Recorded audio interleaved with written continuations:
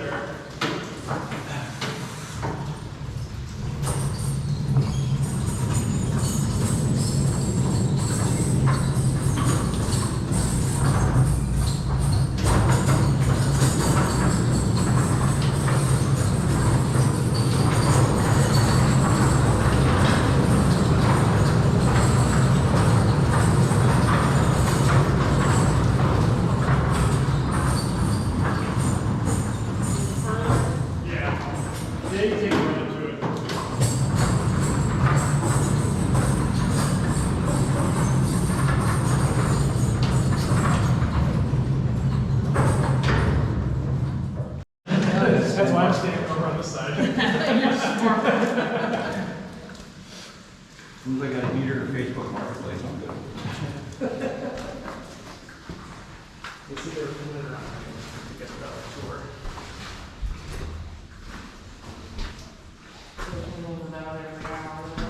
Yeah.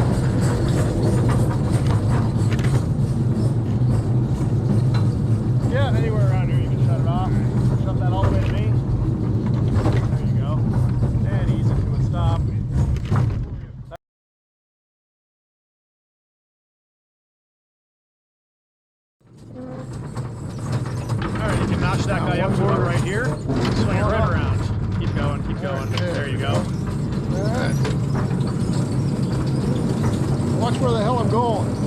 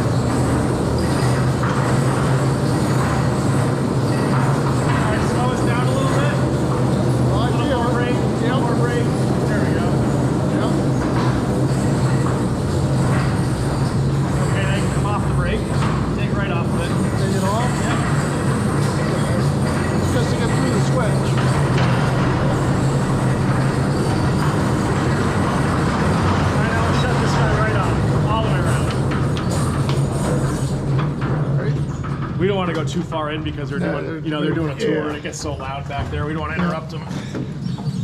There, we're rolling away. If only there was a way to stop. It is downhill, isn't it? It is. Yeah. So the tunnel's on a 1% grade. Yep. So it'll help loaded cars go out and for drainage. All right, this goes up to this. You got it. I'll take this up to about there. Yep, come off the brake. Come off the brake and away we go. You got it.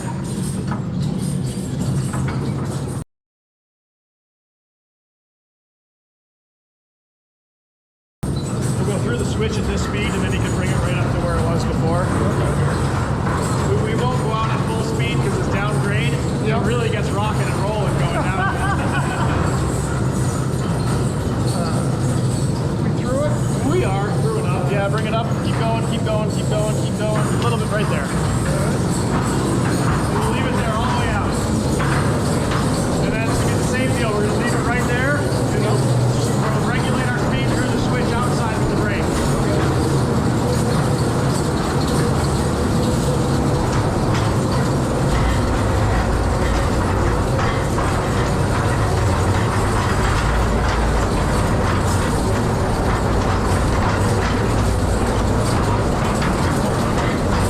Yeah,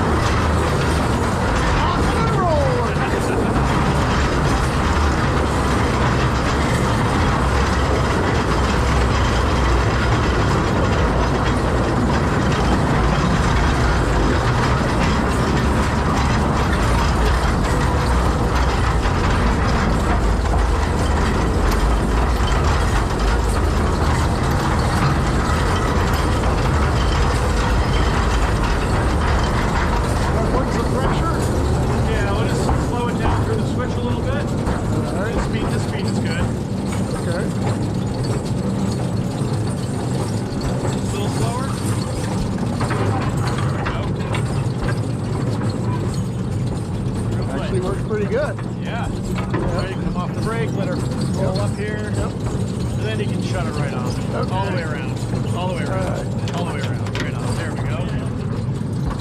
And now we'll come to a stop. And we'll apply the handbrake. Okay. Should I turn that off yet or Yeah, not? you can do that first if you want to. Yep. All right. Handbrake. Yeah, it made itself know.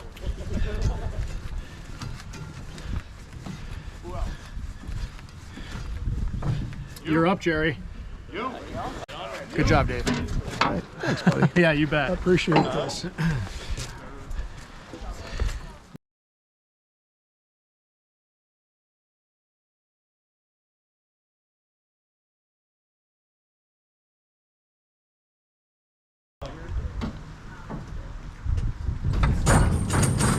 right, guys, have fun. Okay.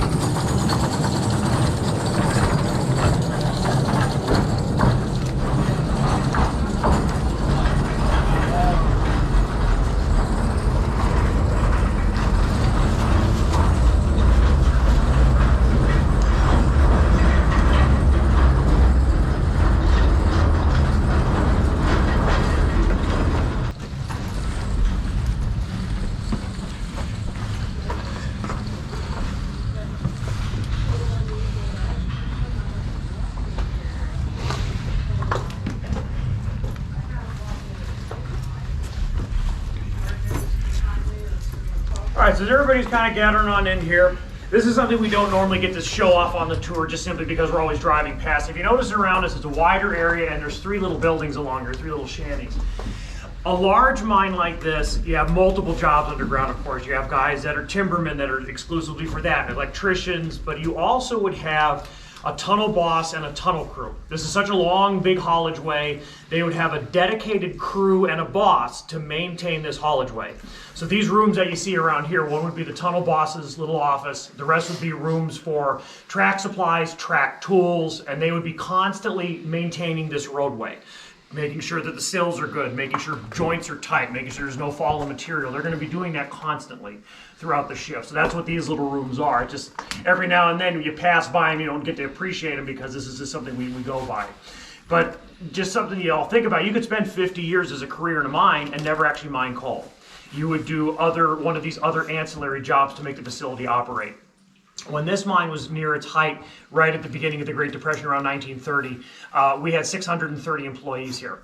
2/3 of them are miners and laborers. That other third are the electricians, you have trackmen, timbermen, the hoist operator, and the surface personnel. That's these other ancillary jobs down here underground. All right, we're gonna head on up and keep on going.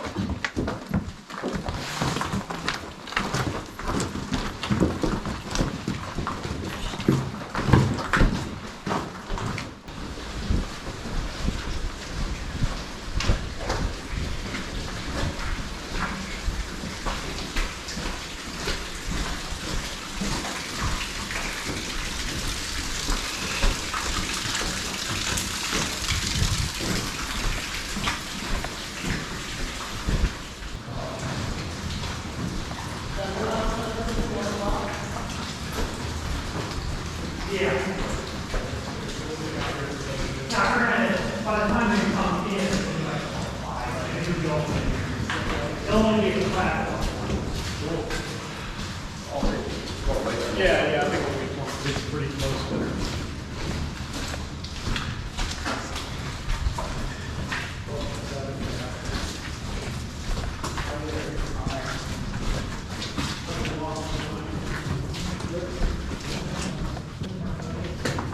Okay, everybody wants to come and then through.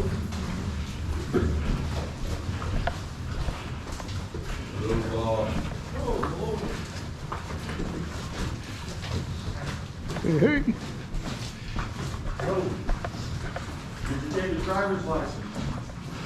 Nobody wrecked? Nope. All right.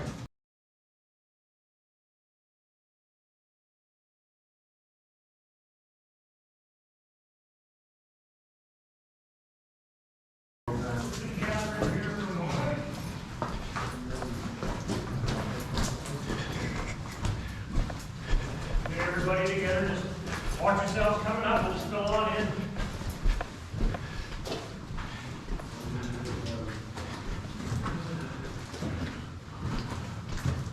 about 1,400 feet in from the portal.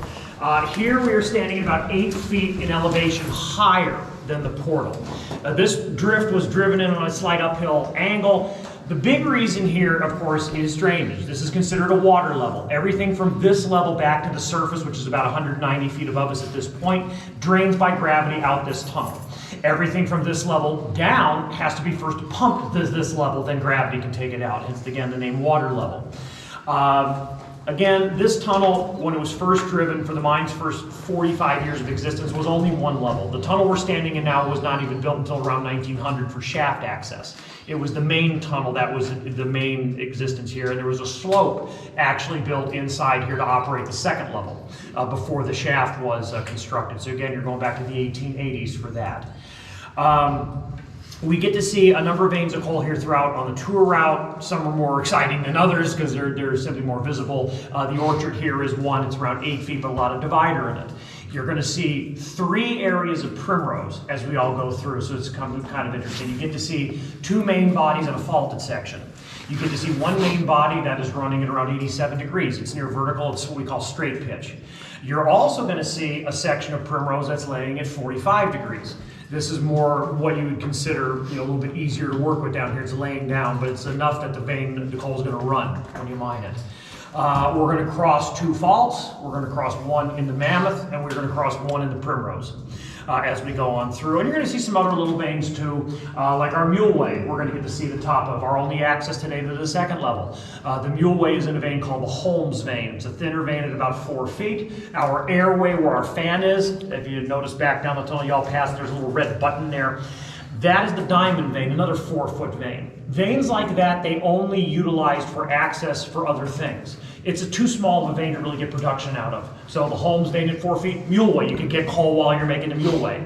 The diamond vein, same thing, around 4 foot, sink the airway down it. You can get a little bit of coal as you're sinking an air shaft. That way it's not a complete loss as you're developing it. The shaft you're gonna see, the main coal shaft is driven entirely in rock. Because of course this is where you want stability, so you are going to go in the solid all the way down. Our shaft, just is something I normally don't mention on the tour. When we look at it, it was not constructed all at once. It was sunk from the surface in May of 1900 is when they began, and they only reached the second level. It only went down that low because it was now access for that former level accessible by the slope that was by that point abandoned. That's why it's actually a little closer to this level than levels 3 and 4 in our 4-level mine here. The shaft received 2 extensions. One was around 1918. They dropped it to the 3rd level. They dropped it 176 feet lower than the 2nd level. And then another one in 1921 when they dropped it another 200 feet to develop the 4th level down here, and that's where it ended up. So we're going to get to see that. But that's something to think about, that they're developed usually in stages. Our shaft here at 725 feet deep, not the deepest shaft here in the valley. The deepest shaft here in the valley was number 7. Number 7 shaft reached a depth of 1,276. That was the bottom. But the veins of coal in this valley run to about 2,000 feet in depth at the bottom of the basin. All right, so we're going to move on up.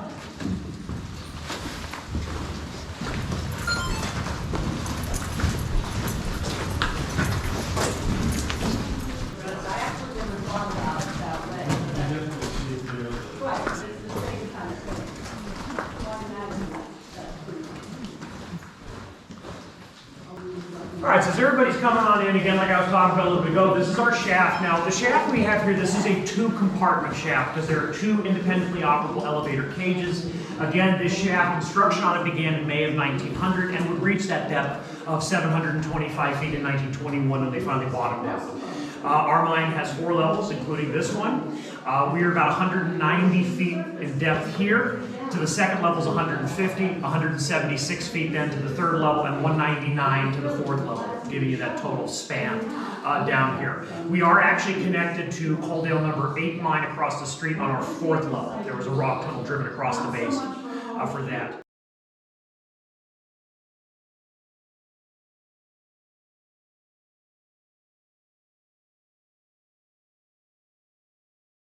There were actually plans in the 1950s to actually sink this shaft to a 5th level and again go back across the valley to number 8. It only partially materialized with a rock tunnel coming about 2/3 of the way across from number 8 to here, but our shaft never made that bottom little L connection. That was never completed. Because the industry, of course, by the 1950s was in free fall, and there was no reason to make that development. Also, of course, pumping water by that time was astronomically expensive. Just to kind of give you all a ballpark idea. Now, this was common throughout the region, not just here in the southern field, but here in this valley, they were pumping in the 1950s 12 tons of water to take 1 ton of coal out. The pumping ratio, or what they call the dewatering ratio, it just didn't make any sense to keep doing that. So, groundwater here in the mine is static right now at 180 feet below us. That is where the mine pool sits. Its drainage level is equivalent with the Little Schuylkill River, which is just west of us outside Tamaqua. That's where it would naturally come out. So, of course, our second level at 150, it is dry, but levels 3 and 4, they have been flooded since the 1960s. These shaft cages, the head frame at the surface, which is still in existence, and originally our steam-powered hoist, which is now sadly scrapped, were all made by Vulcan Iron Works in Wilkes-Barre. Vulcan was, of course, a major supplier for supplies around the valley. Some of the mine cars here were also made by Vulcan, among other companies. But again, that just kind of gives you the idea. Those from up north a little bit towards the Wilkes-Barre give you an idea of the reach of some of the companies like Vulcan down here. Again, these are our Vulcan cages. You look around the shaft, there's little rooms in here. Just like I mentioned, we're going through the tunnel. The little rooms we passed. Maintenance underground is a huge headache. It's something you have to try to do underground at all times if it's possible. It's just easier, it's economical. So rooms like this, little maintenance shops around the shaft. If you have a larger piece of equipment, you have a small permanently mounted hoist, we're going to see a couple in here. You have a mine locomotive in here that breaks down somewhere along the roadway. You don't want to have to try to haul that back outside to a shop. You want to be able to try to do as many repairs as possible in here, so hence the small repair shops in here. If you could do it in here, great. If you couldn't, well, then you'd have to make the arrangements to haul a 1/4 of a mile. Every section of this mine, every working level, had its own assistant mine foreman in charge of that level. Level 1's or the water levels office is over here to our right. A mine foreman, though, is only in there for a short time. He doesn't, of course, sit back in the office all day. A foreman is in there at the beginning of the shift. He's checking everybody in as they're arriving for their day. Once everyone has arrived, it's going to arrive. He's going to leave and start walking through the working sections on the level. He is checking in on things like production. He wants to see things moving smoothly during the shift. He's looking for any obvious hazards for the miners, things like bad roof, falls of rock, or accumulations of gas. So really anything that can pose a danger. It would be only at the end of the shift you'll find him in the office again, just checking everybody out as they're leaving. If a miner or any other employee was unaccounted for, though, at the end of the shift, it is entirely up to that mine foreman. He has to go back through this level and make sure that man was found. Some accident may have occurred sometime during the shift. That is one of the foreman's responsibilities, to make sure that everybody is accounted for in and out at the end of the shift. It relies solely on him. If you notice up on the door frame, something always fun about our mine, it's 50 degrees here in this mine. It will stay this temperature year-round regardless of what it does outside. That's probably one of the very few nice things you're going to find in mines. The temperature is nearly constant. So you're talking a hot 90-degree day in the middle of summer, 50. Nice working temperature down here. 5 degrees dead of January, 50 also. So again, not too bad. But of course, again, you got to imagine you're working underground, low lighting conditions years ago, dusty conditions years ago, very hard physical labor. So yeah, it's a little bit cooler to work in, but yeah, it's not too much consolation for the work that you're doing out here a little bit. So running up this way. As you come up, take notice of the photo we have on this sign. This is what the head frame looks like today. It is the only thing still on the surface. Sadly, the hoist house, the hoist, and the surface installations, they were demolished in the 1960s and 70s. But the head frame was still left. And here's where you can look down. You may need to lean over, but you will be able to see that water at 180. If you have anything that's hanging loose, if you don't hold on to it, you're not getting back. Good. This is good last. I'm trying to figure out how I kind of got it done through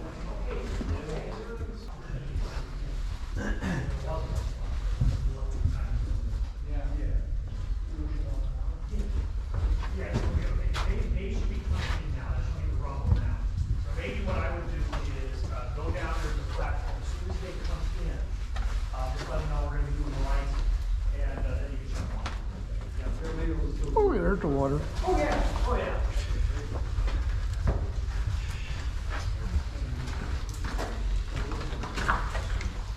Yeah, I'll let you go through first, because maybe that'll be so different.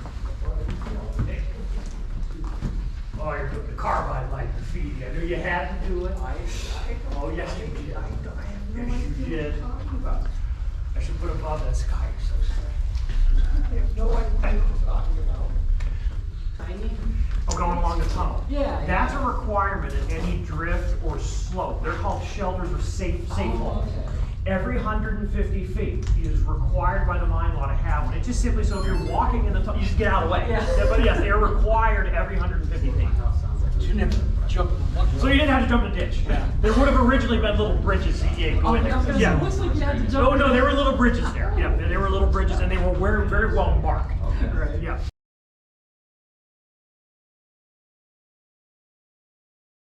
Wearing on my hat right now is a whale oil lamp. Would have been used from about the 1830s up until about the 1890s. Now we're not using whale oil now. Now the problem with this lamp is the fact that it doesn't really shine light in a distance. Okay, it just gives you light overall. Now about the 1890s, what was then invented was the carbide lamp right here. Oops, I'm dripping a little bit. Watching the tip. Yeah, I drip a little bit. Now what's Gonna set your head on fire. What's interesting about this one is there's a chemical reaction that takes place between calcium carbide, which is in the bottom compartment, and water in the top compartment. The water drips down on the calcium carbide and produces acetylene gas. Same type of gas they use for welding. Now, what's nice about this, first of all, the flame's a lot cleaner, and now with the reflector, you can actually, shine the light in a certain direction. It has more directional light, so there's a lot more light given off. But the problem with these two lamps now.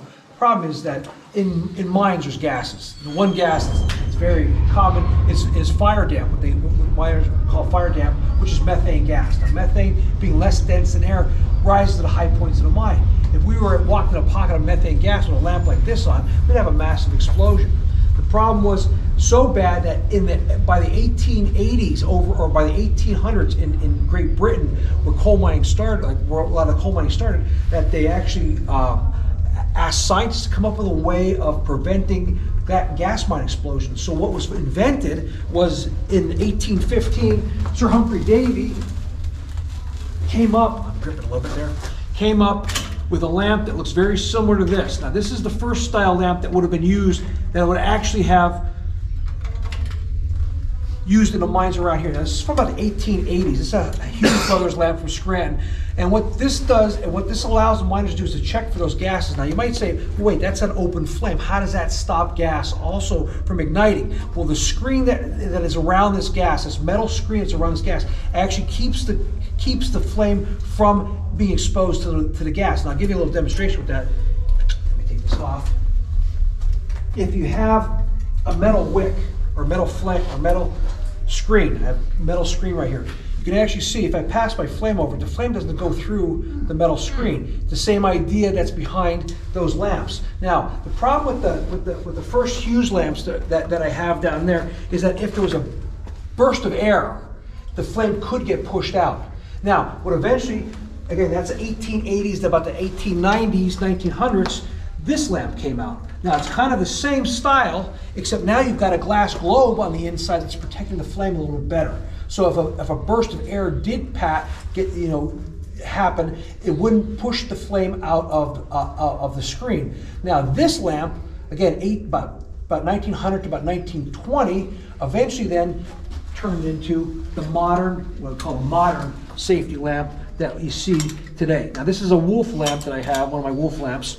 But again, what you see, the flame is now enclosed in glass, and the screen up here at the top, what's called the bonnet, is not completely protected. So we go from the evolution of the three different types of safe lamps, and this is actually what's considered permissible. Those lamps down there are not considered permissible. Back in 1920, the Bureau of Mines said those lamps are no longer usable because again they still can ignite flames because those lamps don't lock. These lamps were designed to lock, so you couldn't open that up once they were ignited, once they were lit. So miners couldn't open up underground and accidentally ignite methane gas. Now, besides the methane gas, these are also used to detect oxygen deficiency. One of the things that's also produced by the coal is carbon dioxide gas, and carbon dioxide gas will always accumulate on the floor. So these lamps are also designed to test for oxygen deficiency. Now, they test for the methane gas by placing that up to the roof. Now, what they're looking for to see is that if that flame gets larger. Now, Zach, you said I turned it upside down. I did for this reason. Put that flame right on that top level. If it gets any higher than that top line, I know it's got methane gas. True. True. Okay. But the lines are your percentages. Yes, I know they are. I did turn it upside down. But what they'd also then do is test for the oxygen deficiency. So what they do is put it down by their feet. Now what they're looking for is that carbon dioxide gas, that gas that accumulates in the mine. And what would happen is the flame would actually decrease in size if the oxygen content got below 20%. So you can also watch the lines there also. Right, Jack? Yes. Yes. Now, the funny thing was these were invented in the 1920s, and they were still used up until the 1970s underground. Nowadays, we have the modern electronic methometers and oxygen detectors, but they still use these up until the 1970s. Well, then we are going to make our way down this way. Thanks, man. You're welcome. Thanks. I remember seeing you at the Brooks. Yeah. Good to see you, sir. Yep. What oil do you use in the safety lanterns? The safety lamps, I use Pullman's lantern fuel. Oh, either that or they really use naphtha. Naphtha's really part of the Filling right around here. All right, now, one of the beauties of Pennsylvania's anthracite mine law, it is illegal for mines to only have one way in and one way out. Smart thinking. That is part of the original Pennsylvania mine law of 1870. If any of you have heard of the Avondale disaster, Pennsylvania's anthracite's first major disaster in 1869. Out of that disaster, Pennsylvania developed the mine law of 1870. This was the very first effort by the state to actually start to regulate the mines for safety's sake. So again, in the mine law of 1870, it only really had two major parts amongst some other little ones. One was that your mine has to have more than one way in and out, and the other thing is that your breaker or other building made of combustible material has to be at least 200 feet away from the opening. So if it caught fire, it won't be sucking all that fumes and smoke into the mine as it's being ventilated. Now, on that line of thinking, one of our ways in and out, just over here, it's what's called the traveling way. This is the mule way. This muleway goes out a distance of about 200 feet down at a 20-degree pitch. There is a small landing at the bottom, making a U-turn back towards us for another 200 feet at a 20-degree pitch until you meet our second level at 150 feet below us. This muleway was mined out back in the days of the slope level, what they called the second level before the shaft, the slope level. When this tunnel wasn't here, think of this passing right across through here. Where you would have to physically walk the mules up and down between the different levels. They didn't often put them on a slope buggy to take them down to the second level. So you'd have to physically walk them. So at the other end, when we go through in a little bit, you're going to notice there's a little gate there. A mule driver would have to first bring the mule in, close the gate, walk all the way down to the bottom. Make sure that nobody's coming up because there's no way for him to know. At the bottom, there'd be another gate. Close that gate, come back up, get the mule, go back down, just to transport the mule to the second level. So this is, again, kind of an arduous journey just to transport the mules between the levels. By the time the shaft was sunk in 1900, of course, that gives you a little bit better access. But the company, by that point, you're always interested in production. It's all about profit. That's all the company's interested in. You're not going to want to move a mule on a shaft cage when that could be holding a fully loaded car. So again, still the use of the mule way. And of course, later on, when mules became disused in the mines, this became what we call a man way. This would be an escape way for the men working on the second level if, God forbid, something happened, you get yourself back out. The vein that this mule way is mined out in is the Holmes vein. Like I touched on a little bit ago, our airway and the diamond vein, 4 foot, the Holmes vein here also about 4 foot. Again, you want to try to maximize production, so your only working area in this entire vein is the muleway. You get access to the second level, but you can take some coal as you're doing it. But in terms of a production sense, you don't want to blow bottom or top to try to make a gangway through here. It'd just simply be a waste of money for a 4 foot vein. All right, over here we talk about something that, of course, is kind of synonymous with our mines: child labor. Very common theme throughout the 19th century into about the 1920s. You would see young boys, especially, we're going 1880s, very young, 7, 8, 9, 10, 11 years old. They're working up in the breaker. They're not underground. They're breaker boys, what we call slate pickers. Their job as material was taken into the breaker and crushed down. They are going to be sitting on top of long wooden chutes. The material is going to go between their legs, and as they're going to pick out slate, rock, bits of metal, bits of wood to clean that material.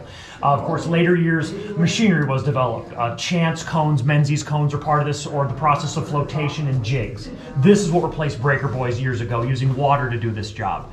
But again, that's usually where you'd start your career, in the mines, up in the breaker. 11, 12, 13 years old, early teens, you might be given a job underground. A job like a nipper, a door boy, you're controlling ventilating doors down here. A spragger in charge of braking the mine cars. Or a mule driver like we have here on our exhibit. Standard LC&M mine car holds between 5 and 6 ton. This is a steel car, more modern, but originally wood ones would have been used. His job is just to make sure that when a car is filled beneath the miner's chamber, he's there to take that car away. Another driver would be there with an empty to be refilled. Again, always production driven. You constantly want to keep that cycle going. Empty's getting filled, take it away. Empty's getting filled, take it away until they can get a trip ready to take outside.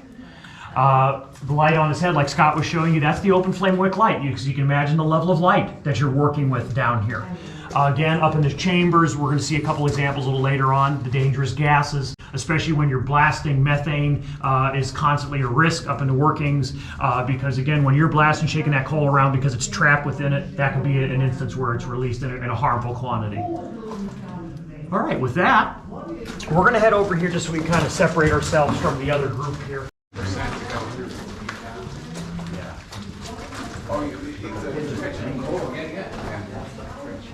There's bottom rock and there's top rock. Exactly. We got it.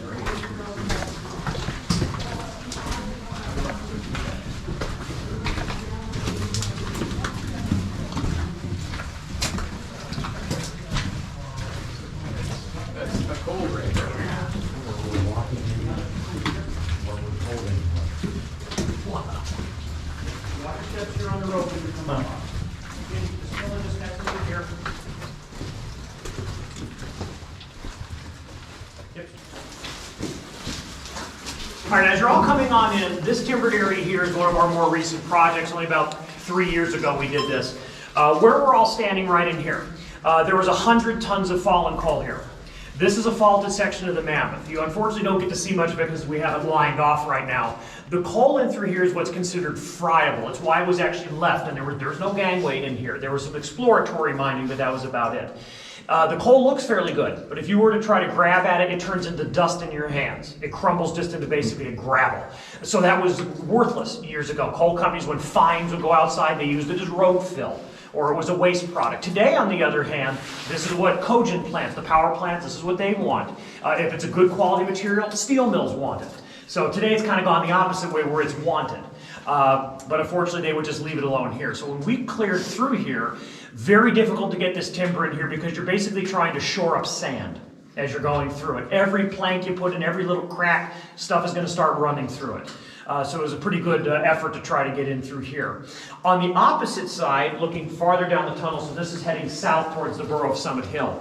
Take notice of the white and orange line at about hip level, about 3 feet. Behind this pile of material was impounded water.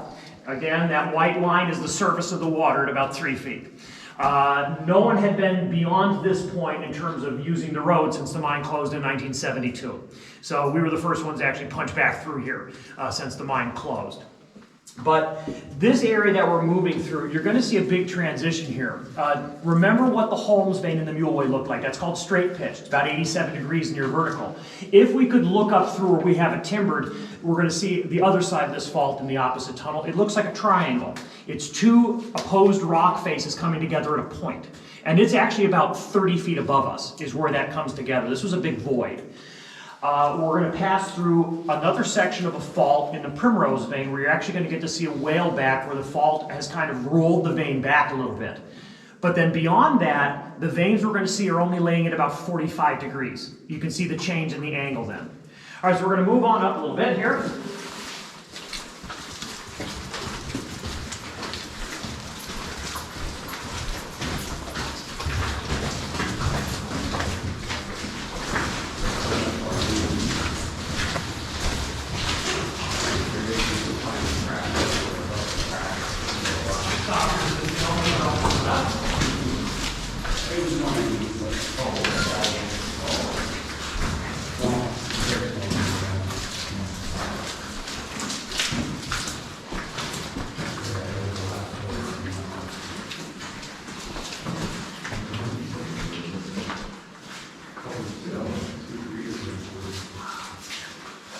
All right, so as everybody's coming on in, again, like I mentioned at the Mammoth Fault, now this is a fault in the Primrose vein.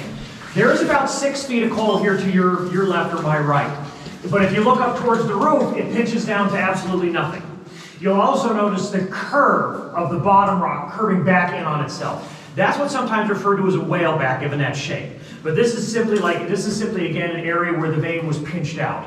This little working area over here, this gangway they attempted to drive and a chute they made up, was exploratory in the 1850s. That's how old this workings would be, because of course you're in the 1850s, core sampling was in its infancy, and they didn't have the technology we have to do, of course, better drilling ahead. I mean, you're in the era of black powder blasting, a jumper steel for rock drilling in the hand crank coal drills. So you would want to check it out, see what you could do, and if it wasn't worth it, move on. Because again, production was the thing. But again, you have about 6 feet of coal here at the bottom. If you look at the opposite side of the tunnel, it pinches out completely to nothing. And you can see how the rock is curved back on itself. And the vein would be over in there where that white strip is, but again, it is squeezed completely out. By the time we get to the other tunnel in a little bit here, you won't even be able to find this section of vein because it doesn't even make it the 80 feet to the other tunnel. It's completely gone. So again, it just kind of gives you an idea of just how geology kind of affects how the anthracite veins are versus what you typically see in bituminous where they're flat. You have to think of this area as veins that were pretty much squished together like an accordion. So this is where you get all of these faults, the curves, you get slips or strikes in the vein, quite a bit different than what you'd find out west. All right, we're going to head on up.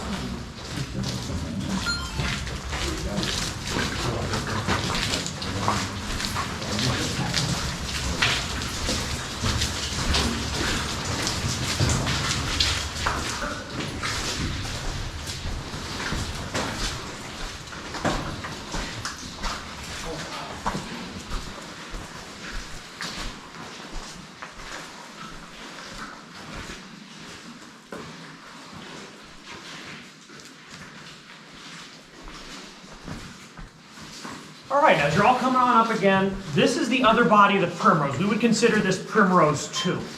Like we're going to see a little bit later, back by the mine hospital where we were first coming in, or the gangway we passed on the tour route, the Primrose is running at about 87 degrees. It's near vertical. Here, on the other hand, it's 10 to 12 feet thick. The bottom rock is laying here at about 45 degrees, and this is the solid block, the main body of the vein. A little oxidized, but if we were to chip at that is the nice shiny face right there. 45 degrees, a little bit easier to work with on a vein like this. You're going to notice back over here on my right, there is an old chute going up here. You might be able to see it as we pass here just a little bit. But this area was heavily mined. This is where you would see, this tunnel originally had a Y, and you'd have a gangway east and west of this tunnel. Now, if we were to travel to the east, we would be able to go halfway into Lansford through this gangway when it was still open. It would have originally gone all the way under around where Route 902 comes into Lansford near the center of town. That would have been where number 9's barrier pillar was with the other mines. Going to the west, on the other hand, this goes completely under the town of Coaldale west of us. Number 9's far west access point would have been Foster's Tunnel, which would have been the other side of Coaldale. Now, currently though, if we were to take this gangway, if it was open, and walk about 5,000 feet, we would pop out into the Springdale stripping that Lehigh Anthracite is currently operating. We would pop right out of their high wall.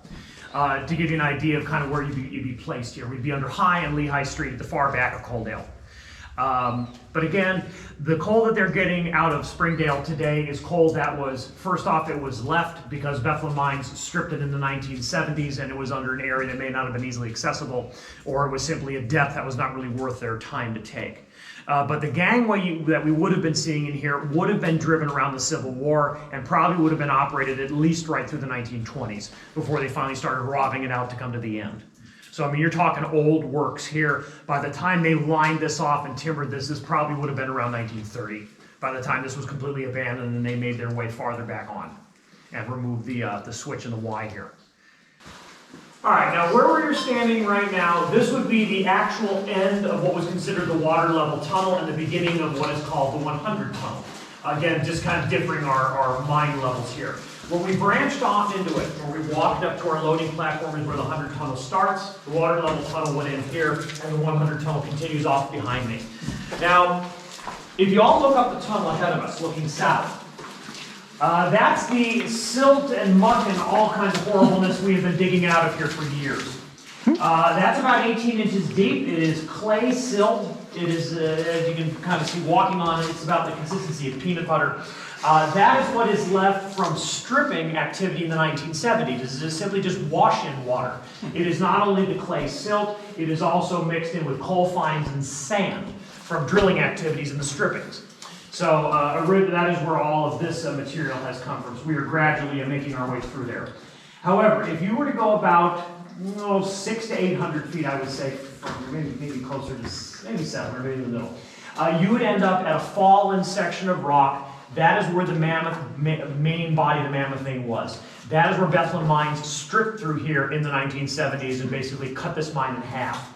The other half of it continued on into the Summit Hill Basin. The tunnel we're standing was originally about a mile long. It was a little over 5,000 feet long. Right now we have access from the portal to about 2280. So we have a little over half a mile of it still in existence. This area back here, if you notice, the tunnel's quite a bit wider as you get up ahead of us. It goes back to being double tracked. Like where we were standing at our loading platform where there was a passing branch where they could set together a trip of cars to go outside, that was for traffic for levels 2, 3, and 4 only. All traffic from the water level came out of this tunnel. This passing branch over here, you could fit about 30 cars on. It would have been all traffic from just this level, where they would have staged everything to take a long trip out from here, from the water level. Again, the last time really any major traffic was through here was in June of 1972 when the mine closed down. The mine cars that I'm sure you noticed sitting outside by our motor barn, they were sitting right here on this turnout, right here on this spur since 1972. We hooked right onto them, and with a little bit of effort, they started to roll, and we rolled them right out of here.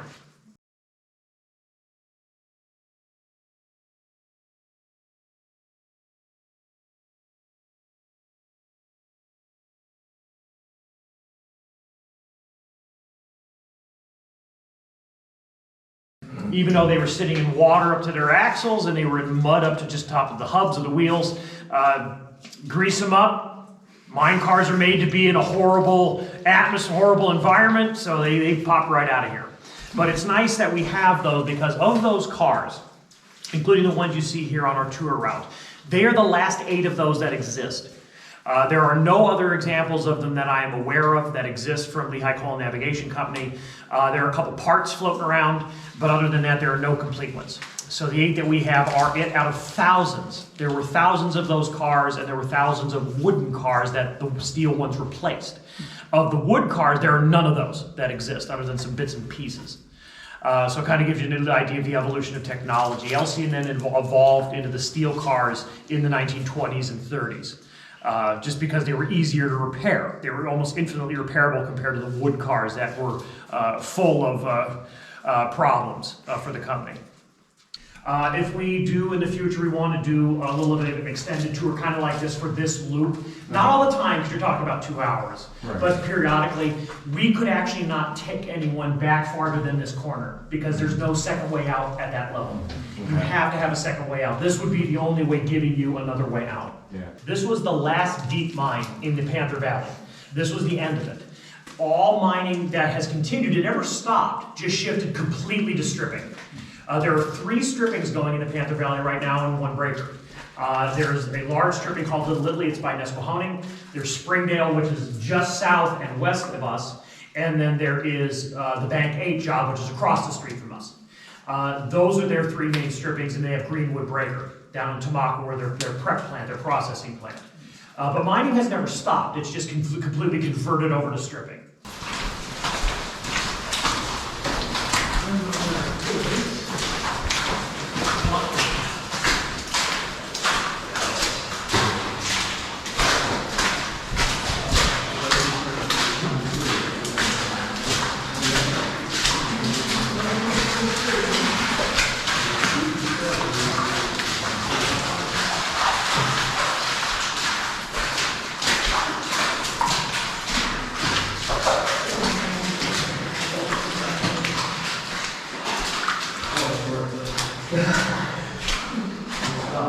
But it's not Yeah, just definitely watch your footing. There are a couple holes in between the ties also.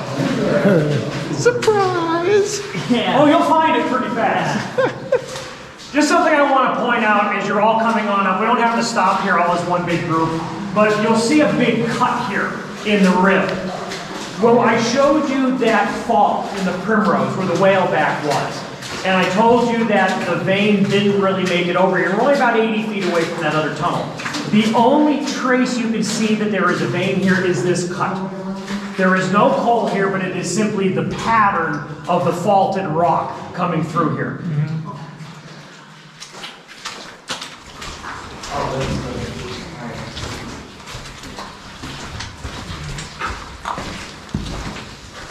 Slippy Snidey.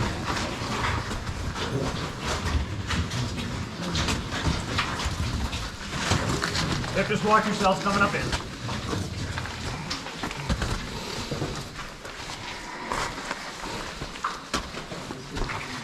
This is what we had to remove 100 tons of on the other side. Was this. Yeah, that's This pretty is much mammoth, coal. Yeah. But it looks good.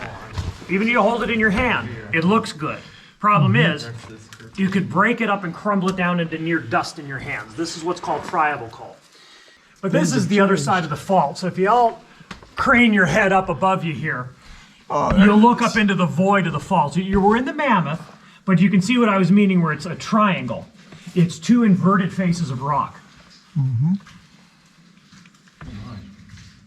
The mammoth vein in this mine runs anywhere from 55 feet to 80 feet thick.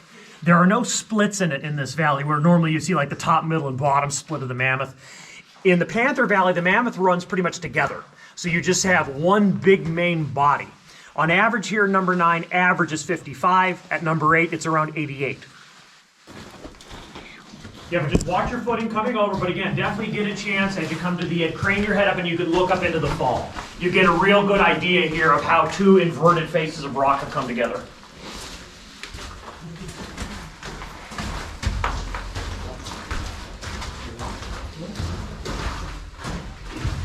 Oh, knees don't want to work. I can feel it. Yeah, but take your time, look, we're just going to fill it over here. Little buddy. Thank you, sir. It might be easier to go under than over.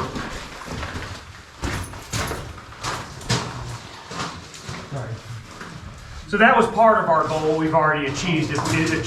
We've achieved the far turnout, the south turnout, got the cars out of there, we have this road open. The next goal is come up here from the back side and get that pile of coal out. And then we have the complete loop.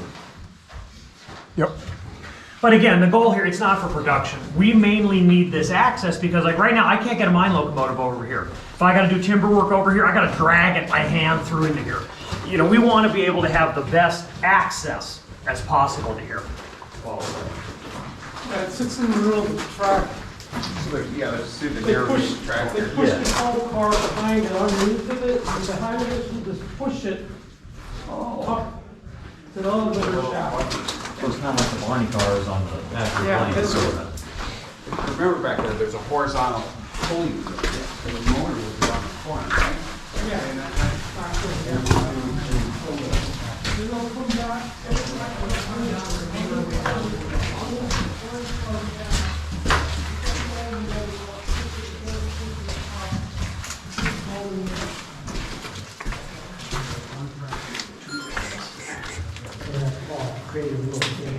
It did, yeah.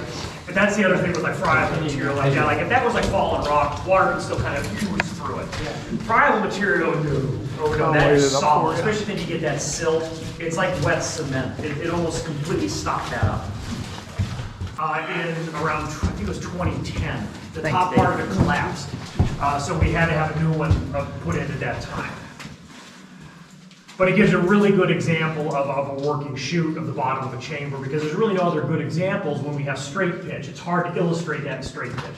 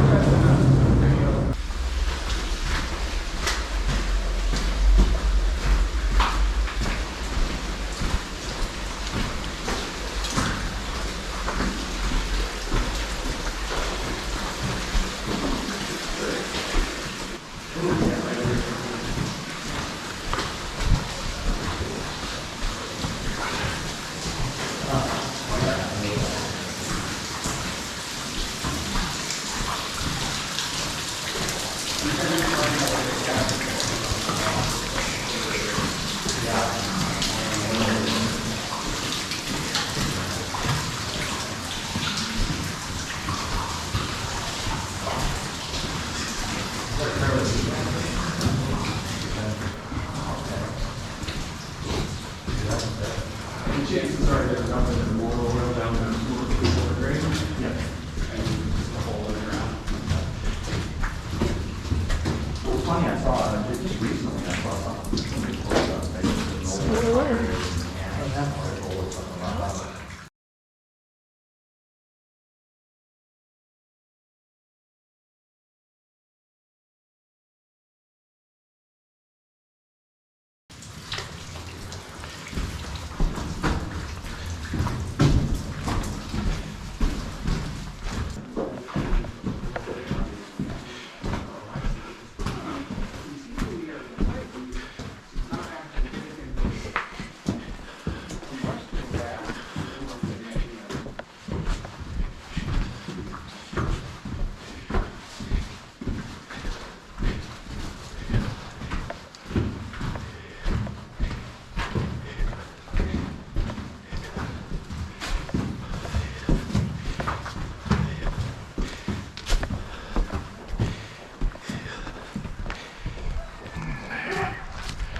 There it is.